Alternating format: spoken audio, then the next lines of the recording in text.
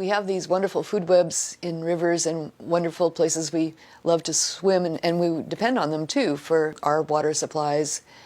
Where does that water come from long after it stopped raining? When it rains, some of that water never actually hits the ground. It gets caught in the leaves and on the stems of trees, and about 10% of it evaporates before it even hits the ground. Once that water does hit the ground, it slowly begins to percolate in, and it moves through the pores made by burrowing animals. It moves in between minerals and fractures and weathered rock. It moves mostly vertically downward as unsaturated flow. Once that percolating water gets deep enough below ground, it hits the groundwater table. And the groundwater table is where all of the pore spaces are completely filled with water. That makes it groundwater. That groundwater then begins to slowly work its way downslope, flowing below the hill slope towards the local channels.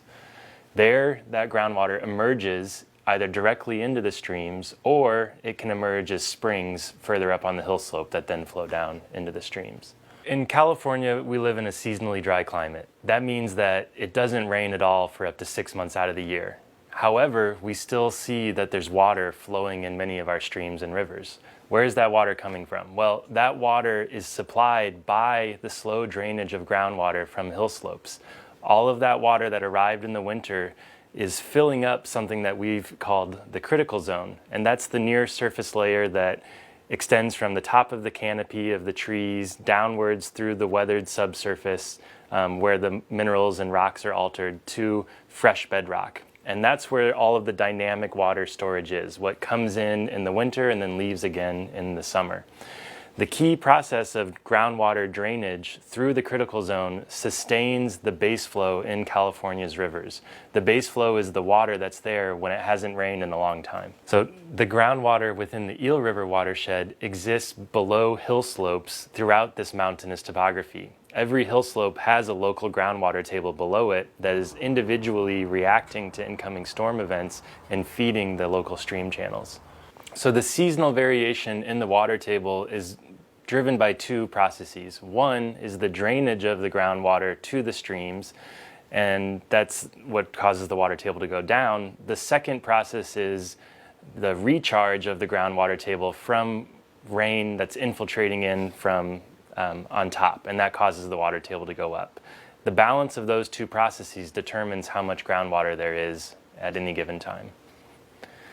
Some of the streams and rivers in California go dry in the summer, and one of the things that we found based on our research at the Eel River Critical Zone Observatory is that those streams and rivers are going dry because the hill slopes cannot store enough seasonal groundwater to sustain the base flow in the summer. The geology of the Eel River keeps the river and streams flowing through the hot, dry summer season. This allows numerous aquatic species to persist and thrive through the summer in the warm, stable flows. Photosynthetic algae and cyanobacteria form the base of this summer aquatic food web. These often overlooked organisms play a pivotal role in the ecology of the Eel River.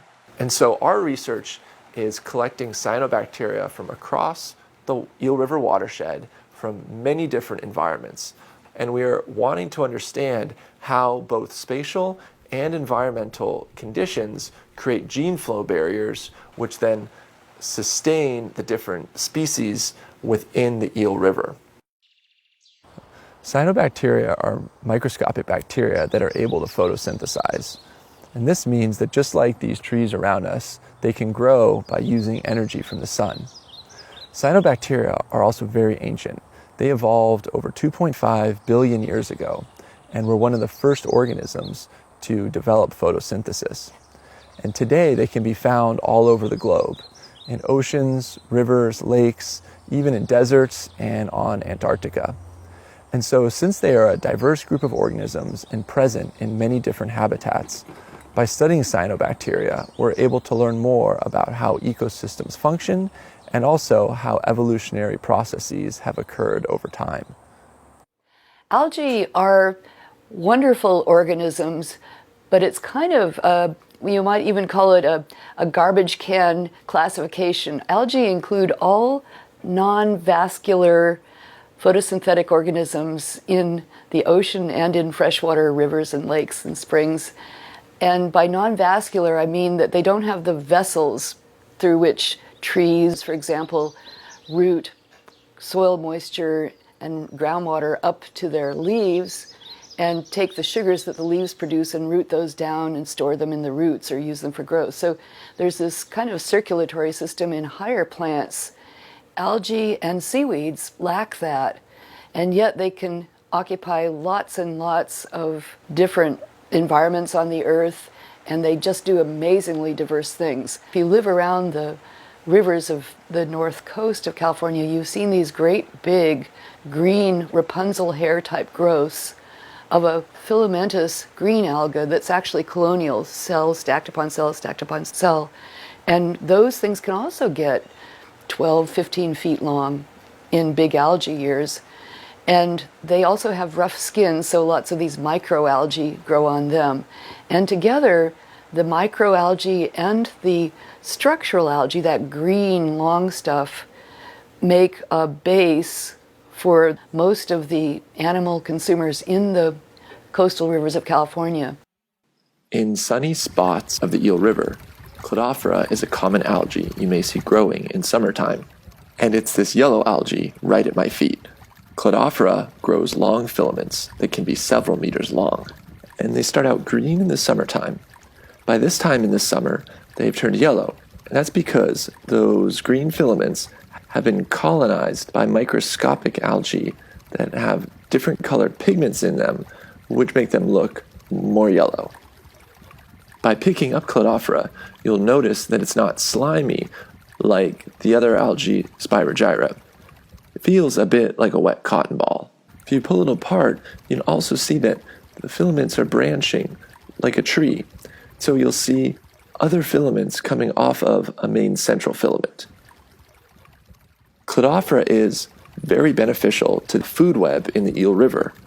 All those microscopic diatoms are nutritious food sources for insects and fish.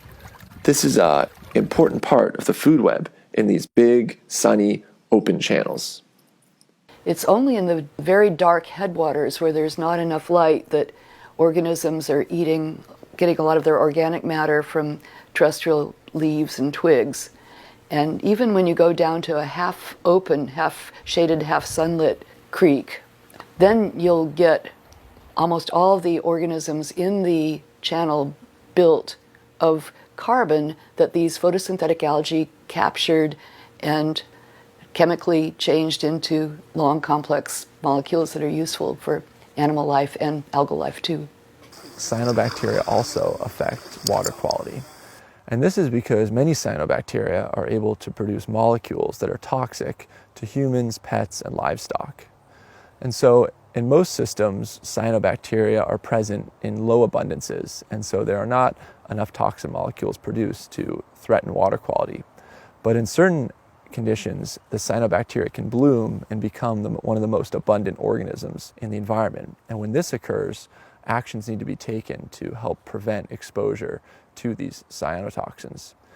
And so, for instance, in the Eel River, there have been over a dozen dogs that have died, and these deaths have been attributed to cyanotoxin poisonings. So here we are in a slow-flowing pool in the Eel River watershed, and this is prime habitat for a cyanobacteria called Anabina. That's what's all around us here in this pool. And it makes these vertical spires that are dark green. So if we grab some of this Anabina, you can see how buoyant it is and that it floats right to the surface. And this Anabina is dark green. And this is a pretty serious public health concern because the Anabina is very mobile.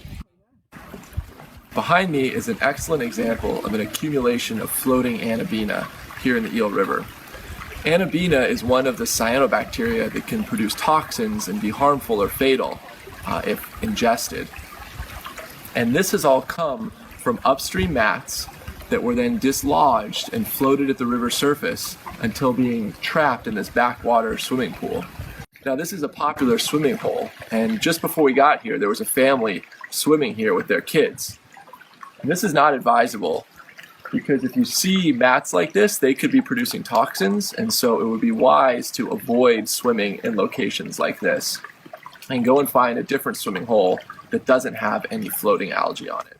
The toxins produced by cyanobacteria are primarily inside the actual cyanobacterial cells. So in order to get sick, you would have to actually consume cyanobacteria, such as these floating clumps. So if you think you've come in contact with cyanobacteria or found yourself in a situation like me right now, where I'm ankle deep in the stuff, once you leave the river, go to a clean spot, rinse off your feet and wash your hands and make sure your hands are clean before you put them in your mouth or consume any food. And that will help you stay safe and make sure that you don't get sick from any cyanobacteria. Dogs are particularly susceptible to cyanobacterial poisoning because they can get the cyanobacteria on their fur and then they might lick it off their fur as they're cleaning themselves. So it's especially important if you see a dog with algae or cyanobacteria on its fur to try and rinse it off as quickly as possible before the dog might start to lick it off itself, because it's the ingestion of the cells that cause the poisonings. So we need to make sure our dogs are not able to actually consume cyanobacteria in order to keep them safe at the river. So here we have a patch of the cyanobacteria called Firmidium. It's this brownish golden patch that's in amongst the green filamentous algae.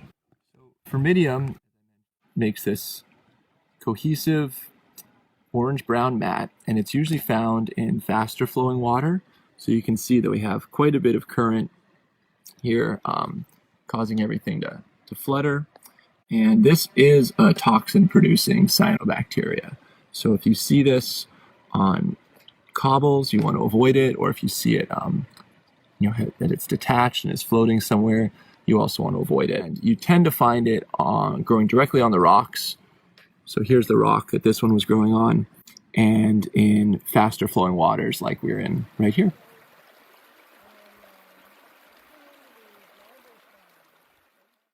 Our research is looking at the diversity of cyanobacteria. Cyanobacteria play important roles in aquatic food webs and affect the flow of energy through ecosystems and the cycling of nutrients through our rivers. In order to understand how these cyanobacteria may respond to both global change or more focused modifications to watersheds, we need to understand how they're evolving and by what processes they do evolve. As scientists have explored the diversity of life that exists here on Earth, they've categorized different individuals and organisms into species, which means individuals that are similar to one another.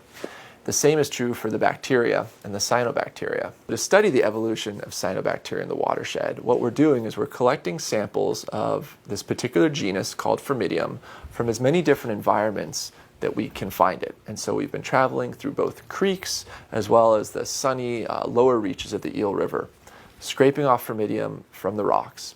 And then we're able to look at the DNA to understand how all these different samples are related to one another so that we can actually map out the subspecies and population level variation within the watershed.